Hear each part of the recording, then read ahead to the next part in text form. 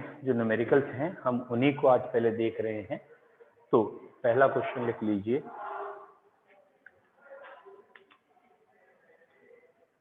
A moles of N2 and B moles of H2 are taken initially. A moles of N2 and B moles of H2 are taken initially in a V liter container. In a V, capital V litre container, यानी volume of container आपको given है V litre. तो A mole of N2 और B mole of H2 लिए हैं इन ए V litre container, ठीक है। Till equilibrium is reached, जब तक इक्विलिब्रियम आएगा, X moles of N2 react. Till equilibrium is reached, जब तक इक्विलिब्रियम आता है तो X moles of N2 react. N2 के कितने मोल रिएक्ट कर जाते हैं? X। Till equilibrium reached X moles of N2 react. Calculate equilibrium constant for the following equation, N2 plus 3H2 giving you twice NH3। बच्चों इस इक्वेशन के लिए equilibrium constant निकालना है। Calculate equilibrium constant for the following equation, ठीक है। I hope so कर लेंगे, करिए स्टार्ट। इसके करने का तरीका अगर आपको याद आ गया हो तो ऐसे लिखेंगे, इनिशियल इसके A मोल हैं, इसके B हैं, ये नहीं है। इनिशियल A और B है और ये नहीं है।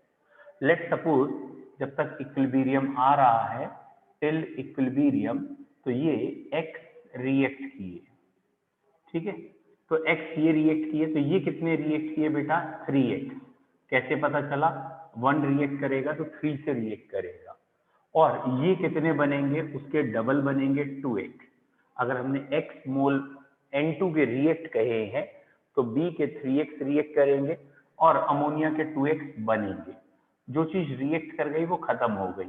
तो इक्विलिब्रियम पे ये बचे हैं A-X और B-3X। तो ये इक्विलिब्रियम पे रिमेनिंग अमाउंट है। और ऑब्वियसली ये मोल्स थे, तो अभी तो ये मोल्स ही आए हैं हमारे सामने। मतलब Kc के फॉर्मूले में हमें एक्टिव मास रखना होता है, ना कि खाली मोल्स। तो बच्चों इसे मोल्स को हमें चेंज करना पड़ेगा एक्टिव मास में। What is active mass? Moles upon volume in litre. Ammonia के कितने मोल्स बने हैं? 2X। उसका वॉल्यूम कितना है? V। ये हो गया इसका स्क्वायर। और N2 के मोल्स कितने हैं? A-X। उसका वॉल्यूम कितना है? V। और H2 के मोल्स कितने हैं? B-3X, वॉल्यूम V, और ये cube. What ever be the answer, अभी हम आंसर पे अप्रोच नहीं कर रहे, what ever be the answer वो यहां से आएगा। तो ये तरीका है इन क्वेश्चंस को करने का, ठीक है। तो यहाँ इक्विलिब्रियम कांस्टेंट का आंसर इस इक्वेशन से सॉल्व करके निकालना है, ठीक है बेटा। किसी को कोई डाउट है तो पूछिए जल्दी से। Anyone having any doubt, kindly ask. कोई डाउट है? नहीं है, क्लियर। अगला क्वेश्चन लिखें। 0.3 mole of each H2 and I2 taken initially. 0.3 mole of each H2 and I2 taken initially in a 4-liter container. 0.3 mole of each H2 and I2 taken initially in a 4-liter container.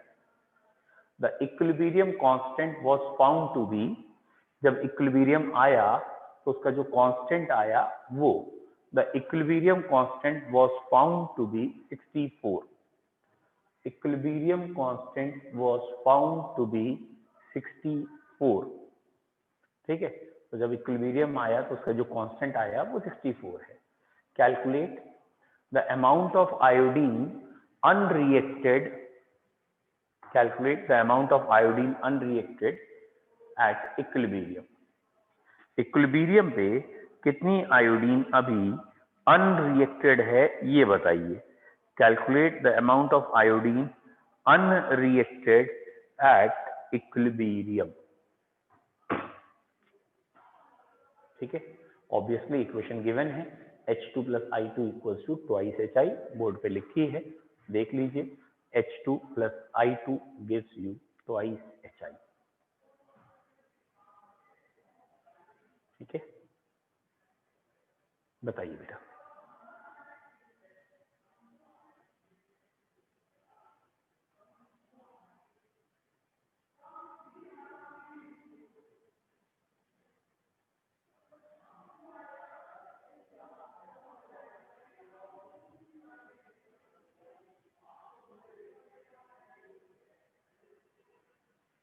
Done.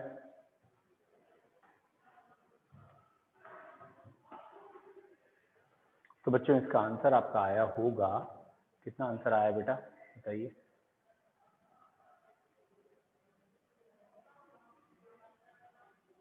देखिए कैसे करना है, इसका answer आएगा 0.06। ठीक है बच्चों, ये है 0.3 मोल शुरू में, 0.3 मोल शुरू में, ये नहीं है क्योंकि यही दो चीजें शुरू में है। कितना रिएक्ट करेगा कुछ पता नहीं है, तो x मान लो, ये भी x रिएक्ट करेगा, ये बच्चे 2x बन जाएगा। तो बच्चों ये बचेगा कितना, 0.3 माइनस एक्स, ये कितना बचेगा 0.3 माइनस एक्स, और ये बन गया है 2x। केसी का जो फॉर्मूला है उसमें प्रोडक्ट का स्क्वायर है और रिएक्टेंट H2 और I2 की मल्टीपल डिवाइड में है। केसी की वैल्यू में 2x न्यूमरेटर में रखना है और डिनोमिनेटर में अगर ध्यान से देखें तो 0.3 माइनस एक्स दो बार ही है तो स्क्वायर ही लिख दो। क्वेश्चन में केसी 64 दे रखा है। लेट्स हैव ए लुक कि अगर 64 केसी है तो दोनों तरफ डायरेक्टली अंडर रूट ले सकते हैं। एक ही अननोन है x निकल आएगा, दोनों तरफ जब आप अंडर रूट लेंगे तो ये आएगा 2x upon 0.3 minus x is equal to 8, और यहां से आ जाएगा बच्चों 2x is equal to 2.4 minus 8x, that is 10x equals to 2.4, that is x is 0.24। तो x ऑब्वियसली मोल्स में चल रहा है तो 0.24 मोल आ गए हैं। ठीक है, तो x की वैल्यू आपकी 0.24 मोल्स आई। डन।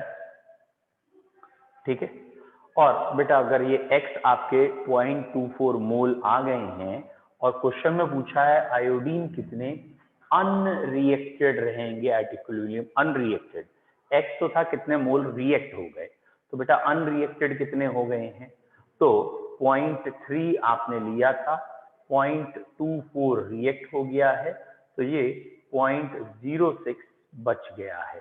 तो 0.06 मोल ऑफ आयोडीन या हाइड्रोजन दोनों प्रेजेंट एट इक्विलिब्रियम। तो बस इस क्वेश्चन में हमने क्या किया, इस क्वेश्चन में हमने इक्विलिब्रियम कांस्टेंट पहले आपको दे दिया और x की वैल्यू निकलवाई, लेकिन x आंसर नहीं था, आंसर था कि कितना अनरिएक्टेड होगा, यानी इक्विलिब्रियम पे कौन प्रेजेंट होगा।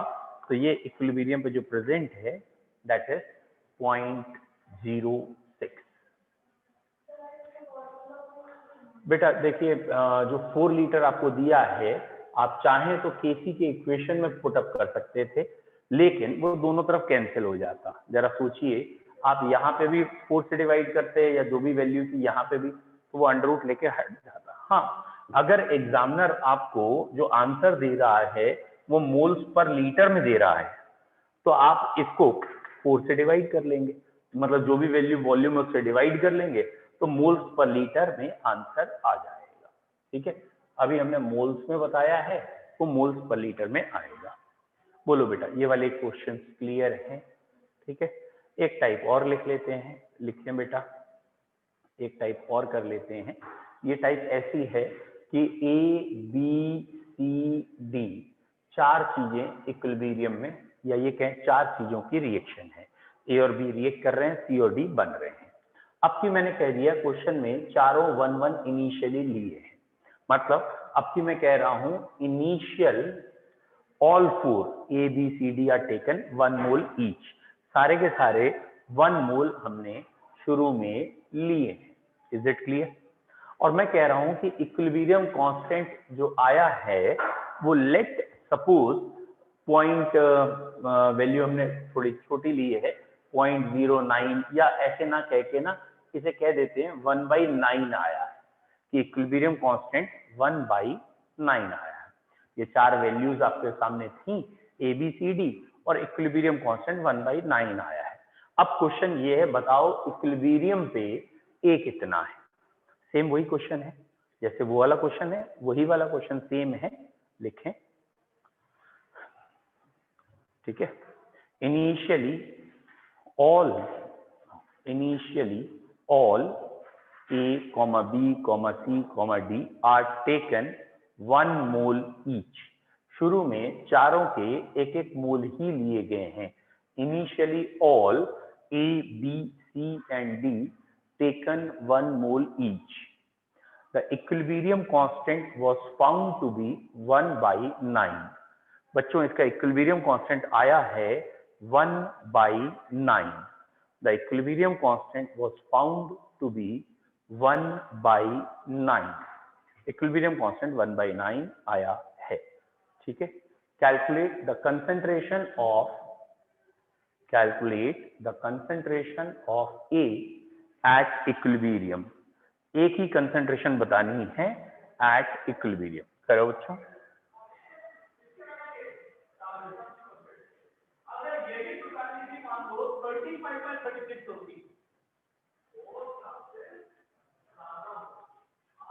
आज वो नहीं आया?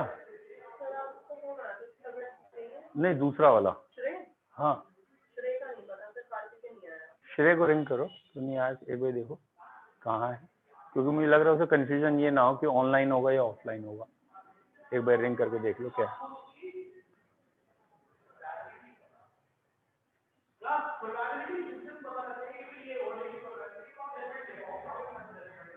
ठीक है, बोलो बेटा, कर लिया? तो बच्चों इस क्वेश्चन में क्या खास है, या what is this question basically, आया है किसी का आंसर?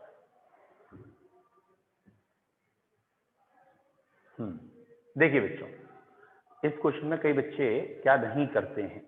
इस क्वेश्चन में जब आपके पास प्रोडक्ट भी हो और रिएक्टेंट भी हो तो सबसे पहले Q निकालना चाहिए, जिसे कहते हैं रिएक्शन कोएफिशिएंट, क्योंकि रिएक्शन में रिएक्टेंट प्रोडक्ट दोनों हैं और चांस की बात है Q की वैल्यू 1 आ रही है। ठीक है, और Q की वैल्यू और Kc की वैल्यू कंपेयर करनी चाहिए।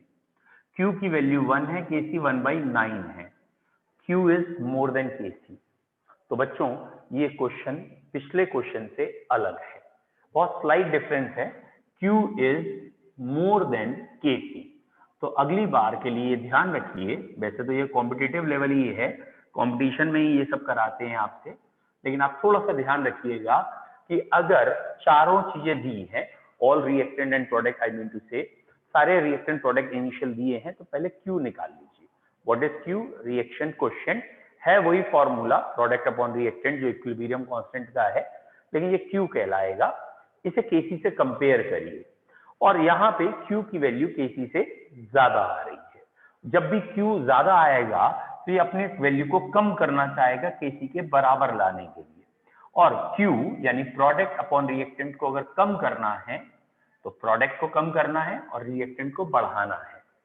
और अगर बेटा प्रोडक्ट को कम करना है तो backward reaction will take place faster than forward. जब भी Q Kc से ज्यादा होता है तो बैकवर्ड रिएक्शन तेज चलती है फॉरवर्ड। और अगर बच्चों इस इक्वेशन में बैकवर्ड रिएक्शन तेज चलेगी, ये हमारी इक्वेशन थी 1 1 1 1 थे, और बैकवर्ड तेज चल रही है तो ये रिएक्ट कर रहे हैं, ये रिएक्ट कर रहे हैं, और क्योंकि ये रेशियो 1 1 है तो ये इतने ही बनेंगे, x रिएक्ट करेंगे और x ही बनेंगे। तो बेटा अब ये कितना बचा? 1 + x 1 + x। Point two note, generally ये 1 - x होता था, अब की बार ये 1 + x है। अब क्वेश्चन में इक्विलिब्रियम कांस्टेंट जो 1/9 दे रखा है वो इसी इक्वेशन का गिवन है, जिसमें ये 1 - x है ऊपर, 1 - x है नीचे, सॉरी, और 1 + x नीचे है, और साफ दिख रहा है कि परफेक्ट अंडर रूट बन सकता है। ठीक है, अभी मैं इस लेवल पे परफेक्ट अंडर रूट ही बनाने की कोशिश कर रहा हूं, तो ये वाली कंडीशन आ गई। अब इसे मैथमेटिकली सिंपल सॉल्व करिए। 1 + x = 3 - 3x, ये इधर आके 4x हो गया, ये इधर आके शायद 2 हो गया। तो ये आ गया बेटा 4x = 2 and x is 1/2। 1/2 is 0.5, और अगर x 0.5 है तो यहाँ पे 1 + 0.5 इज 1.5 और 3/2। तो यहाँ आंसर 3/2 या 1.5 आना है। तो इस क्वेश्चन में क्या आपसे गलती हो सकती है? इस क्वेश्चन में अधिकतर बच्चे पहले की तरह फॉरवर्ड रिएक्शन चलाते रहते हैं और रिएक्टेंट में माइनस करते हैं और प्रोडक्ट में प्लस। लेकिन यहाँ बैकवर्ड रिएक्शन चलानी है, प्रोडक्ट में माइनस करना है और रिएक्टेंट में प्लस। अगर आप उल्टा करोगे, जैसे आप बाई चांस रिएक्टेंट माइनस करोगे प्रोडक्ट प्लस, तो देख लीजिए आपका आंसर नेगेटिव में आएगा या नॉट डिफाइंड में आ रहा होगा। ठीक है, तो इसलिए आपको याद रखना है, ये मैंने अलग क्वेश्चन, या देखो आप, मैंने इसे मिटाया नहीं अभी तक, ये समझाने के लिए कि अगर कभी सारी चीजें गिवन है, all reactant and products are given, तो पहले Q निकालिए रिएक्शन क्वेश्चन, और अगर Q Kc से बड़ा है तो भैया बैकवर्ड रिएक्शन चलेगी, यानी प्रोडक्ट में माइनस होगा और रिएक्टेंट में प्लस। और अगर Q Kc से छोटा है, जैसा इन जनरल हमेशा होता है, तो फॉरवर्ड रिएक्शन चलती है। बोलो क्लियर है?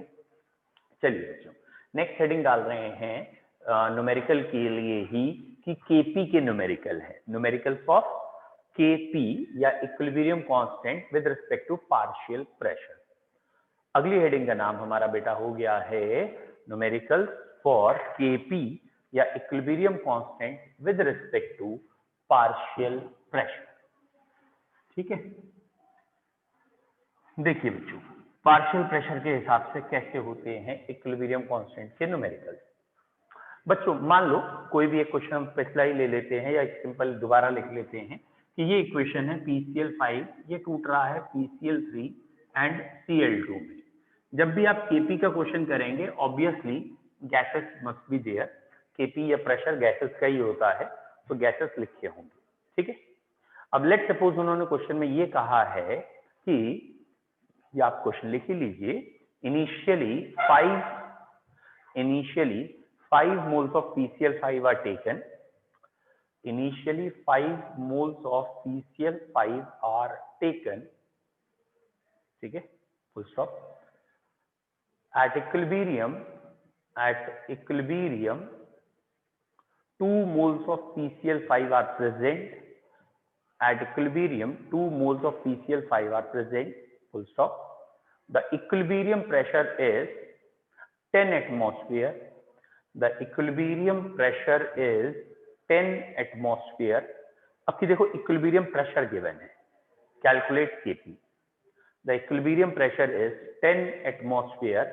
Calculate Kp. इक्वेशन हमेशा गिवन होगी, ये इक्वेशन आपको गिवन है बेटा, PCl5 टूट रहा है PCl3 एंड Cl2 में। बच्चों देखो कैसे करते हैं, PCl5, PCl3 एंड Cl2 ये गैसेस हैं। ओके, नाउ क्वेश्चन कैसे स्टार्ट करना है, जैसे अभी तक करते आए वो करिए। पहला काम, ये 5 मोल हैं, ये नहीं है, ये नहीं है। जब इक्विलिब्रियम आया तो इसके 2 मोल रह गए, रिमेन हुए। तो जरा दिमाग रखना कि अगर 2 मोल रह गए तो रिएक्ट कितने किए, 5 लिए थे, 2 रिएक्ट किए, सॉरी 2 रह गए तो 3 रिएक्ट हुए। और बच्चों जितने रिएक्ट करेंगे उसी हिसाब से ये बनेंगे। तो अगर 3 रिएक्ट करेंगे तो 3 ही बनेंगे आपके PCl3 एंड Cl2। तो PCl3 एंड Cl2 इक्विलिब्रियम में 3 मोल्स बन गए हैं और PCl5 के 2 मोल्स बच गए हैं। बच्चों इसके बाद Kp का फॉर्मूला देखना पड़ेगा हमें। Kp का फॉर्मूला जो होता है वो होता है partial pressure of PCl3 multiplied by partial pressure of Cl2 divided by partial pressure of PCl5। ये फॉर्मूला है। दैट मीन्स हमें पार्शियल प्रेशर चाहिए, हमारे पास प्रेशर तो है ही नहीं, हमारे पास क्या है, हमारे पास तो मोल्स हैं। तो मोल से प्रेशर कैसे आते हैं, तो बच्चों ये इक्वेशन हमारी थी, ये आपको याद हो, partial pressure is mole fraction multiplied by pressure. यहाँ इक्विलिब्रियम है तो मैंने लिख दिया है इक्विलिब्रियम प्रेशर। तो जिसका भी पार्शियल प्रेशर निकालना हो उसके आपको मोल फ्रैक्शन निकालने पड़ेंगे। मतलब आई होप सो आपको याद हो कि मोल फ्रैक्शन का मतलब होता है moles upon total moles into equilibrium pressure. तो moles upon total moles into equilibrium pressure will give you partial pressure. मतलब जैसे इस क्वेश्चन में मैं बात करूं कि PCl3 का पार्शियल प्रेशर कितना है, पार्शियल प्रेशर ऑफ PCl3। तो बच्चों पार्शियल प्रेशर ऑफ PCl3 में PCl3 के मोल्स 3 हैं, ठीक है। टोटल मोल्स ऐड करके मैंने लिखा है 8 है, 3 + 3 + 2, ठीक है। PCl5 के 2 बच गए थे, वो ऐड होंगे और ये दोनों बन गए। और इक्विलिब्रियम प्रेशर शायद 10 एटमॉस्फेयर गिवन है। मोल फ्रैक्शन यूनिटलेस होता है तो ये 10 एटमॉस्फेयर यूनिट आ गई। ऐसे ही PCl3 का पार्शियल प्रेशर, सॉरी PCl3 के बाद Cl2 का निकालूं तो सेम आएगा। Actually partial pressure proportional two moles, partial pressure किस पे डिपेंड करता है, मोल्स पे। और PCl3 और Cl2 के मोल्स सेम है, पार्शियल प्रेशर सेम आएगा। तो मैंने दोबारा इसी को ऐसे लिख दिया है सिंपल। और अब मैं कह रहा हूं पार्शियल प्रेशर ऑफ PCl5 बताइए। तो बेटा PCl5 का पार्शियल प्रेशर उसके moles upon total moles into total equilibrium pressure. और ये तीनों की तीनों वैल्यू यहां सब्स्टिट्यूट कर दीजिए। तो अगर आपको बच्चे ध्यान आया हो, पिछली बार आपने क्या किया था, पिछली बार केसी वाले टाइम पे आपने मोल्स निकाले थे और बेटा मोल्स निकालने के बाद वॉल्यूम से डिवाइड किया था एक्टिव मास निकालने के लिए। अब की क्या करना है, मोल्स निकालने के बाद मल्टीप्लाई करना है इक्विलिब्रियम प्रेशर से और डिवाइड करना है टोटल मोल से। यहाँ वॉल्यूम की जगह क्या करना है, मल्टीप्लाई और डिवाइड। अच्छा ध्यान देना, ये वाले नंबर सब में सेम आ रहे हैं, है ना। तो ये वाले नंबर तो सेम है, तो अगर आप भूल भी गए तो कोई टेंशन नहीं है, बाद में उठा के एक साथ भी रख सकते हैं। मतलब आपका यहाँ केपी का जो आंसर आएगा तो वो आपको लिखना चाहिए 3/8 इंटू 10, और क्योंकि कोई पावर है ही नहीं, 3/8 इंटू 10 और अपॉन 2/8 इंटू 10। अब सपोज कोई बच्चा ये 10 और 8 भूल गया होता, खाली मोल्स रखे होते उस बच्चे ने, उसने खाली इतना रखा होता 3 इंटू 3 अपॉन 2, तो वो क्या चीजें भूल गया है, उसने तो खाली मोल्स रख दिए हैं, रखना था मोल फ्रैक्शन। तो वो 10 और 8 भूल गया है ना, तो 10 और 8 इसमें तीनों में ही कॉमन है, तो उसे उठा के अलग एक साथ भी रख सकते हैं। Raise to the power delta n, यानी प्रोडक्ट माइनस रिएक्टेंट। चेक करो यहाँ पे भी तो 10/8 एक बार ही कैंसिल हो गया, एक ही बार तो बचा। और यहाँ पे भी ध्यान से देखो प्रोडक्ट के कितने मोल्स है, 2, रिएक्टेंट के 1, 2 में से 1 जाएगा, 1 बचेगा। तो ये दोनों तो आंसर सेम ही आ गए ना। तो अगर डेल्टा एन की वैल्यू 1 रख देंगे तो दोनों आंसर सेम रहेंगे। तो बच्चों केपी के न्यूमेरिकल में कुछ भी डिफरेंट नहीं है केसी से। The only approach is different. क्या है कि केसी में जब मोल्स आ जाते हैं, इक्विलिब्रियम पे कितने कितने मोल्स हैं, तो उन मोल्स को हम डिवाइड करते थे वॉल्यूम से। केपी में वही मोल्स जो आ जाएंगे तो उनको मल्टीप्लाई करेंगे इक्विलिब्रियम प्रेशर से और डिवाइड करेंगे टोटल मोल से। मल्टीप्लाई करेंगे यहाँ पे, this one is multiplied by equilibrium pressure and divide by total mole. और ऑब्वियसली जो भी स्क्वायर क्यूब है वो यहाँ रखने के बाद प्रॉपर करते जाएंगे। Is that clear? पूरा सोल्यूशन लिख लीजिए, और मैंने जानबूझ के पार्शियल प्रेशर को यहाँ एक्सप्लेन लिखा है, वो भी कर लीजिए।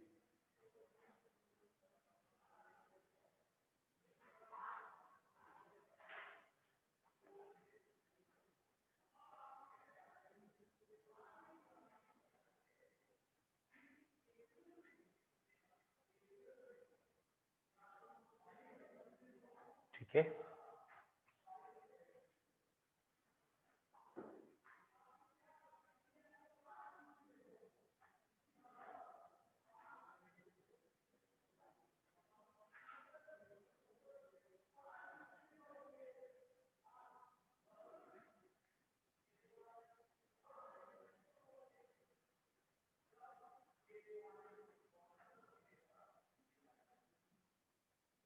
डन, लिख लिया बेटा।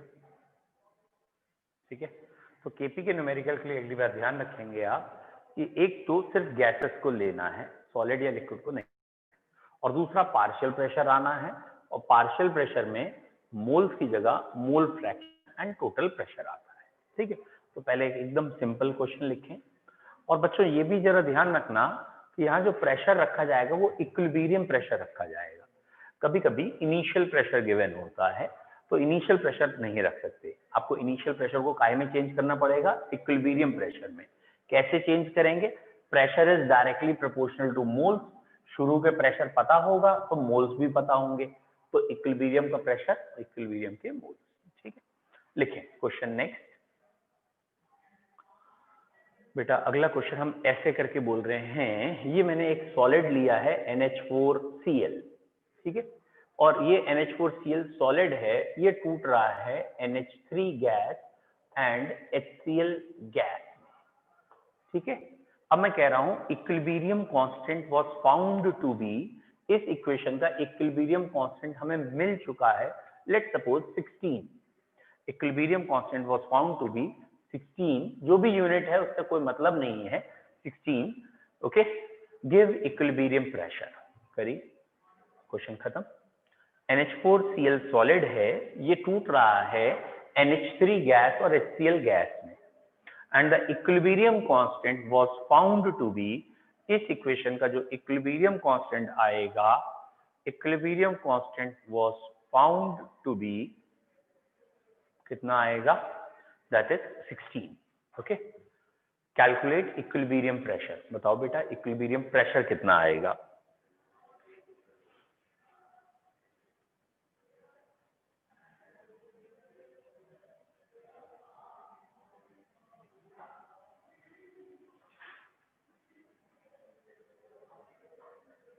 ठीक है, कितना आया बेटा आंसर? किसी ने कर लिया बताइए।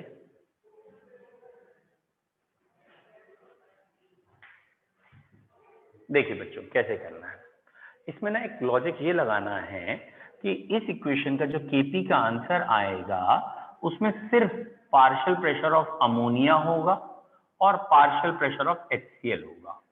सॉरी, ठीक है, ये दो चीजें हैं, कोई स्क्वायर क्यूब नहीं है। ये है केपी का आंसर। Any doubt? यहां तक समझ में आया? अच्छा, सॉलिड वो है इसलिए नहीं लिखा, NH4Cl क्यों नहीं लिखा डिवाइड में? क्योंकि सॉलिड है। अच्छा, ये भी क्लियर है, जितना अमोनिया बनेगा उतना ही HCl बनेगा, 1:1 में ही तो है।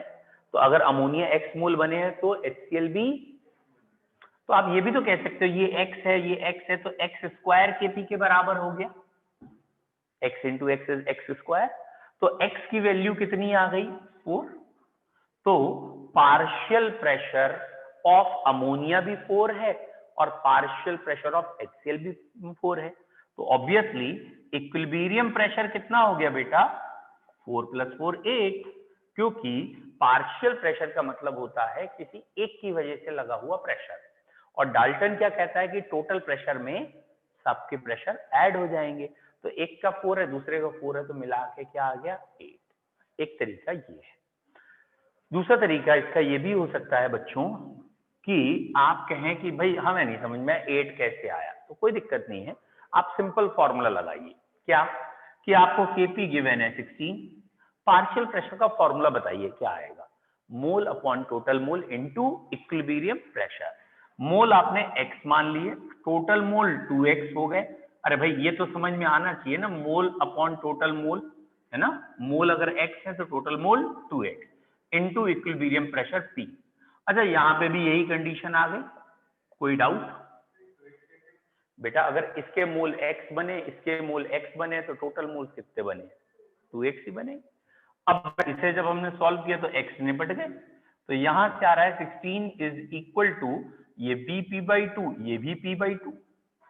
Any doubt? चाहे तो अंडर रूट ले लो, चाहे जैसे आपकी इच्छा हो, यहाँ क्रॉस मल्टीप्लाई करके अंडर रूट ले लो, तो यहां से आ रहा है P² is equal to 16 into 4, 64, P is equal to 8। आ गया 8। समझ में आया? तो आंसर तो 8 ही आएगा, चाहे आप पार्शियल प्रेशर से कर लीजिए, इक्विलिब्रियम प्रेशर से कर लीजिए। तो अब आपको क्या ध्यान रखना है, अब अगर आप सोचेंगे यहाँ P इस पूरे टर्म की वैल्यू जो है, अगर पूछूं मैं आपसे, मतलब ये P आपने सॉल्व करके बताया अभी 8, तो P/2 की वैल्यू 4 हो गई। That means partial pressure ammonia का भी 4 है और पार्शियल प्रेशर HCl का भी 4 है, इसलिए टोटल प्रेशर क्या आ गया? 8। बोलो बच्चों, ये वाले क्वेश्चन क्लियर है? तो कभी अगर कोई रिएक्टेंट सॉलिड है तो वो नहीं लिखा जाएगा, और बाकियों को हमने पुटअप करके केपी निकालना है, और ये भी गारंटी है इसके टूटने से ही ये बन रहे हैं तो 1:1 में ही बनेंगे। तो अगर ये x बना है तो ये भी x बना है, तो इसका फ्रैक्शन हाफ हो गया। तो हाफ कैसे हो गया? x/2x, और इक्विलिब्रियम प्रेशर P से मल्टीप्लाई, ये आ गया पार्शियल प्रेशर, और इसे सॉल्व कर लिया। एक ही तो बात है, अंतर कहाँ आया? नहीं, कौन सा वेरिएशन बेटा, आंसर तो वही आया ना। हाँ, एक ही चीज तो है ही, कोई नई चीज थोड़ी आ रही है यहाँ से। ठीक है, तो वो तो समझने का तरीका है कि हम इक्विलिब्रियम प्रेशर निकालना चाहते हैं या पार्शियल प्रेशर, तो हमारी इच्छा है।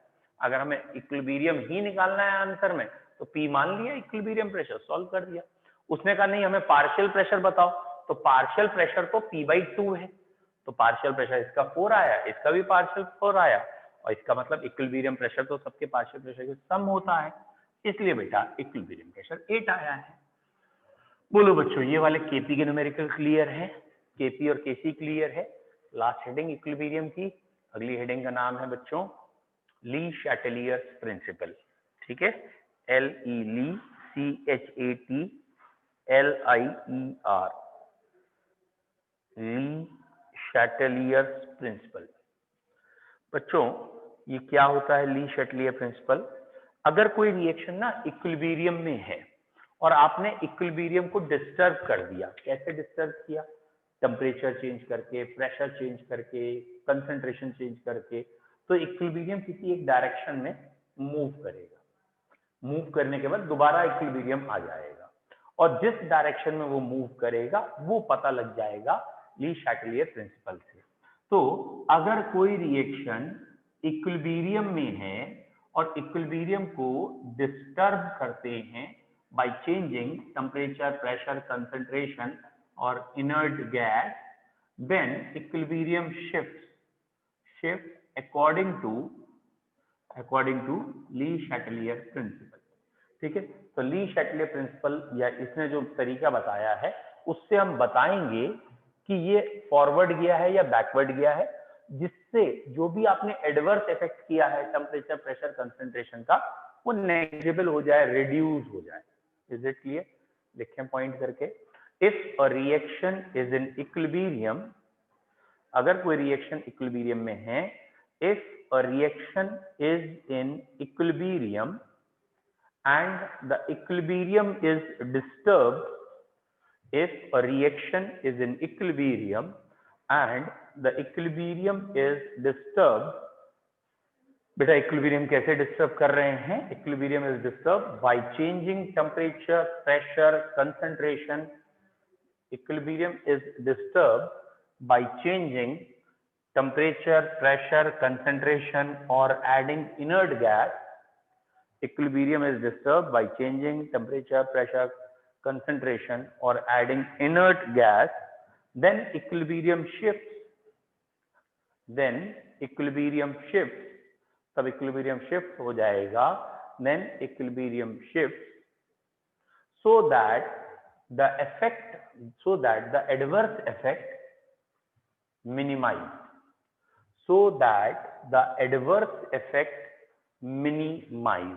इक्विलिब्रियम शिफ्ट करेंगे जिससे एडवर्स इफेक्ट मिनिमाइज होगा, so that the adverse effect minimize.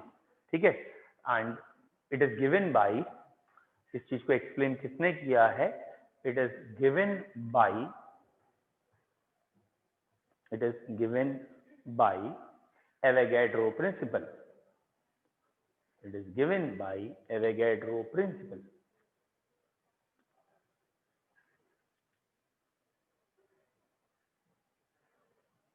ठीक है, आई होप सो बच्चों आपने एवोगैड्रो नहीं लिखा हो, क्योंकि ली शैटेलियर प्रिंसिपल पढ़ रहे हैं तो वही लिखा होगा। अगर आपने एवोगैड्रो लिखा है तो बस आपको ये लगा हाँ साइंस बोल रहा है, लिखते जाओ। भैया ली शैटेलियर काहे काट के एवोगैड्रो लिख लियो तुम? तुमने ली शटलियर लिखा था और तुम्हें अपने पे विश्वास नहीं, तुमने काट के एवोगैड्रो लिख लिया और इन महानुभाव ने एवोगैड्रो पहले से लिखा होगा। अरे भैया हेडिंग भी तो पढ़ लो, क्या पढ़ रहे हो? ये थोड़ी कि साइंस जैसा लग रहा है तो बोले हाँ ठीक है, एवोगैड्रो भी सुना सुना है, हो सकता है इसी का दूसरा नाम हो। अरे मेरे भाई, अगर इसका दूसरा नाम होता तो मैं यहाँ पढ़ाते समय एक आध बारी जरूर कहता ना, इसे एवोगैड्रो भी कहते हैं, उसने भी दिया। मैं ली शटलियर कह रहा हूँ, स्पेलिंग भी बोली है इससे पिछली बार, ठीक है? तो आपको ली शटलियर ही लिखना चाहिए, एवोगैड्रो नहीं, ठीक है? अब इसमें 4 इम्पैक्ट हैं। एक है इफेक्ट ऑफ कंसंट्रेशन, फिर प्रेशर, टेम्परेचर या इनर्ट गैस, एक एक करके देखना है। मान लीजिए अगर हम पहला देख रहे हैं, इफेक्ट ऑफ कंसंट्रेशन, ठीक है? बहुत बेसिक या सिंपल है, ज्यादा सोचोगे तो गलत कर जाओगे, एकदम बेसिक सोचना है, कभी गलती नहीं होगी। What is effect of concentration?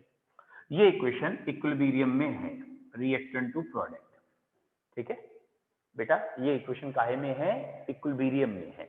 तो सिंपल लैंग्वेज, Q और Kc बराबर आ चुके हैं। अगर इक्विलिब्रियम में तो Q और Kc बराबर आ चुके हैं। जब Q और Kc बराबर होते हैं तो रेट ऑफ फॉरवर्ड और बैकवर्ड बराबर होता है। Any doubt?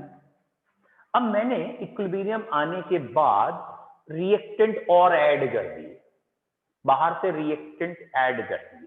तो टेक्निकली आप सोचो, जैसे रिएक्टेंट ऐड किए, इस रेशियो में कौन बढ़ गया, प्रोडक्ट या रिएक्टेंट? रिएक्टेंट ऐड किए तो रिएक्टेंट ही बढ़ेंगे ना। रिएक्टेंट बढ़ गए तो ये Q, और जैसे ये Q कम हुआ Kc से, तो हम पढ़ चुके हैं जब Q Kc से कम होता है, Q अपने आप को बढ़ाना चाहता है। कैसे बढ़ाता है? Forward reaction becomes faster than backward. तो ये वाली रिएक्शन तेज हो जाएगी। बच्चे, अगर ये रिएक्शन तेज हो रही है तो प्रोडक्ट ज्यादा बनेंगे। Equilibrium shift toward right hand side. तो इसे ऐसे कहेंगे कि अगर आपने, बच्चों ये तो मैंने आपको टेक्निकल तरीके से समझाया है, रिजल्ट ये है कि अगर आपने रिएक्टेंट की कंसंट्रेशन बढ़ाई, अगर रिएक्टेंट की कंसंट्रेशन बढ़ाई तो इक्विलिब्रियम आगे चला जाएगा। इक्विलिब्रियम आगे, आगे मतलब फॉरवर्ड, फॉरवर्ड मतलब प्रोडक्ट ज्यादा बनेगा, राइट हैंड साइड चला जाएगा, या रिएक्टेंट ज्यादा रिएक्ट करेगा। कोई भी भाषा हो सकती है। Is it clear? Objective question में वो भाषा बदल के दे देते हैं ऑप्शन। आपको समझ में आया है ये नटशेल क्या लिखा है? ये एरो समझ में आ रहा है? रिएक्टेंट बढ़ाओगे तो इक्विलिब्रियम आगे चला जाएगा। Is it clear? अच्छा सोच के देखो, ये बिल्कुल वही चीज है ना कि अगर प्रोडक्ट कम करेंगे तब भी तो यही होगा बेटा। अगर तुमने यहां से प्रोडक्ट निकाल लिए तो भी तो ये रेशियो कम हो गया। प्रोडक्ट कम निकालने के बाद Q कम हो गया, Q अपने आप को बढ़ाने के लिए फॉरवर्ड से चलाएगा, तब भी यही होगा। तो या तो रिएक्टेंट बढ़ा दो या प्रोडक्ट कम कर दो, तो इक्वेशन कहां जाएगी? फॉरवर्ड। बोलो क्लियर है? ठीक। अच्छा इसे वैसे इसके अलावा, ये तो साइंस हो गई, वैसे सोच के देखिए क्या लाइफ के हिसाब से कि आप, ये इक्विलिब्रियम में कोई चीज है, बैलेंस है, आपने ये चीज बढ़ा दी तो बैलेंस तो बिगड़ गया। क्यों बिगड़ गया? ये बढ़ गई लेकिन ये कम हो गई, है ना? तो ये बैलेंस को दोबारा बनाने के लिए यहां से वहां चले जाएगी। Is it clear? और ये इक्विलिब्रियम में थी आपके पास वट एवर द थिंग, ये कम हो गया, ये कम हो गया तो भैया इसको परेशानी हो गई क्योंकि वो कम हो रहा है, तो ये खुद आगे जाके उसे क्या करेंगे? बढ़ा देंगे। समझ में आया? जरा सोचना क्या कह रहे हैं। जिसे कम करेंगे, जिसे कम करेंगे इक्विलिब्रियम उसी तरफ आ जाएगा। अगर ये कम हो गया ना तो कमी को पूरा करना है, इक्विलिब्रियम इसी तरफ आ गया। और जिसे बढ़ा देंगे इक्विलिब्रियम दूसरी तरफ चला जाएगा। तो एडवर्स इफेक्ट खत्म करने हैं। अगर कुछ बढ़ा दिया है तो उसे कम करो भैया, दूसरी तरफ भेजो। जो कम हो गया है उसको बढ़ाओ, कैसे बढ़ाओ? उसी तरफ इक्विलिब्रियम आएगा। Any doubt? आया समझ में? क्लियर? जैसे जैसे फनी टोन में अगर हम ये कहते हैं कि कई बार देखा गया है कि आप जिसके पीछे ज्यादा भाग रहे होते हैं, मतलब जहां आप अपनी कंसंट्रेशन बढ़ा रहे होते हैं, वो आपसे दूर भाग जाते हैं। ऐसा होता है? ठीक है? क्लियर है? जैसे आप लक्ष्मी के पीछे बहुत भाग रहे हो, है ना? आप लक्ष्मी के पीछे भाग रहे हो, लक्ष्मी मतलब पैसा। समझ में आ रहा है? ज्यादा मत सोचने लगो कौन सी ये लक्ष्मी है। पैसे वाली, ये लक्ष्मी के पीछे भाग रहे हैं और लक्ष्मी इनसे दूर। समझ में आ रहा है? फिलहाल आप सरस्वती से दूर भाग रहे हो पढ़ाई से, ठीक है, अभी आप सरस्वती से दूर भाग रहे हो और घर वाले पीछे पड़े हैं, बार बार पढ़ बे, बैठ के पढ़ता नहीं है, पढ़। तो सरस्वती तुम्हारे पीछे भाग रही है फिलहाल। तो आप जिसकी तरफ भाग रहे हो या जहां आपका कंसंट्रेशन ज्यादा हो रहा है उसका उल्टा हो जाएगा, और जहां आपका कंसंट्रेशन कम हो रहा है वही ज्यादा होने लगेगा। Is it clear? चलो भैया, इफेक्ट ऑफ कंसंट्रेशन क्लियर है, लिखे हेडिंग करके इफेक्ट ऑफ कंसंट्रेशन। बच्चों ये मैंने पूरा लॉजिक लिखा हुआ है, ये केमिस्ट्री का लॉजिक है, और ये अगर आपको समझ में आ जाए, मतलब क्यू से अगर आप सोचेंगे कोई क्वेश्चन गलत नहीं होगा।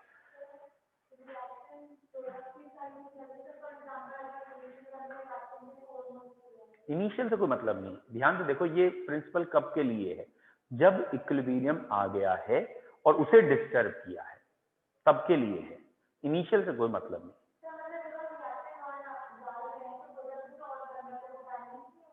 यही तो कह रहे हैं, जैसे आपने इन दोनों का एक रेशियो निकाल लिया था, ठीक है, ये 90 थे, ये सपोज 100 थे, या 100 बराबर थे, ठीक है। अब हमने बाहर से जैसे ही रिएक्टेंट बढ़ाया तो वो बढ़ा हुआ रिएक्टेंट अब धीरे धीरे तो उधर जाएगा, अब उसे बढ़ाने लगेगा ना। तो जब आप रिएक्टेंट बढ़ा दोगे तो गारंटेड थोड़ी देर में आपको प्रोडक्ट ज्यादा बनता हुआ दिखेगा। ऐसा नहीं होगा कि आपने जो रिएक्टेंट बढ़ाया वही है, या अगर आप कोई एक्सपेरिमेंट कर रहे हैं, इक्विलिब्रियम आ चुका है, सपोज ए और बी रिएक्ट कर रहे थे, इक्विलिब्रियम आ गया, लेकिन आप इंडस्ट्री का काम कर रहे हैं, मतलब आप चाहते हैं बी ज्यादा बने, तो आपने वहां से बी थोड़ा सा हटा दिया। अब आपने देखा जैसे ही बी हटाया और बी बनने लगा। दैट मीन्स जैसे जैसे आप इसे हटाते जा रहे थे, इक्वेशन और इधर आते जा रही थी अपने आप ही, और ये ज्यादा बन रहा था। Is it clear? तो जितना आप रिएक्टेंट को बढ़ाओगे उतना प्रोडक्ट बनेगा, जितना प्रोडक्ट को कम करोगे उतना प्रोडक्ट ज्यादा बनेगा। तो हेडिंग हो गई इफेक्ट ऑफ कंसंट्रेशन, पॉइंट हो गया if concentration of reactant is increase, अगर रिएक्टेंट की कंसंट्रेशन बढ़ाएंगे बच्चों, मोर प्रोडक्ट विल फॉर्म। क्यों होगा, इसका रीजन बोर्ड पे लिखा है। क्यों होगा? क्योंकि अगर आप रिएक्टेंट की कंसंट्रेशन बढ़ाएंगे, ये है टेक्निकल आंसर, रिएक्टेंट की कंसंट्रेशन बढ़ाएंगे तो क्यू कम होगा, और क्यू कम होने से फॉरवर्ड तेज चलेगी, फॉरवर्ड तेज जाने से मोर प्रोडक्ट बनेगा। ठीक है, अब बेटा इसके 3-4 अपने आप अपने लिख सकते हैं कि अगर प्रोडक्ट की बढ़ाएंगे तो क्या होगा, प्रोडक्ट कम करेंगे तो क्या होगा, रिएक्टेंट कम करेंगे तो क्या होगा। और टीचर्स ज्यादा खुश होते हैं जब आप क्यू के टर्म्स में आंसर देते हैं, जब आप कहते हैं ना कि भाई आपने प्रोडक्ट कम किया है तो क्यू कम हो गया, क्योंकि क्यू कम हो गया इसलिए फॉरवर्ड तेज हुई, फॉरवर्ड तेज हुई तो इक्विलिब्रियम फॉरवर्ड आएगा। Any doubt? हो गया बेटा टाइम? I hope so. ठीक है सर। आज इफेक्ट ऑफ, हाँ जी बोलो सर रेडॉक्स का क्वेश्चन था सर, स्टॉक सिस्टम क्या होता है? बेटा। वैलेंसी को ऐसे लिखना स्टॉक नोटेशन कहलाता है। जैसे ये NO है, इसका नाम हम लिख रहे हैं नाइट्रोजन 1 ऑक्साइड, तो बच्चे ये कहलाता है स्टॉक नोटेशन। ऐसे करके लिखना, इसको कह देते हैं स्टॉक नोटेशन। कई बार ये देखा है ना कि जैसे आयरन के 2-3 ऑक्साइड है, Fe2O3 है, FeO है, तो नाम लिखते समय हमने दोनों को ही लिखा है आयरन, पैरास्फेरिक लिखा ही नहीं। एक बार ही लिख दिया आयरन 2 ऑक्साइड और एक बार ही लिख दिया आयरन 3 ऑक्साइड, तो ये तरीका कहलाता है स्टॉक नोटेशन या स्टॉक सिस्टम कह लो। ओके और सर। कोई doubt? No sir. Thank you sir. Sir आप बजे क्लास रखने वाले कितने बजे भैया? 5 बजे? अब यार ये लोग यहाँ आ गए हैं ऑफलाइन, तो इसलिए मुझे भी यहीं आना पड़ा, नहीं तो मैं घर से ही लेता। अब ये लोग यहाँ आ रहे हैं तो फिर घर वाले बोर्ड से कैसे लो, है नहीं? जब ये ऑफलाइन वाले आएंगे तो यहीं पे क्लास होगी। चलो ओके।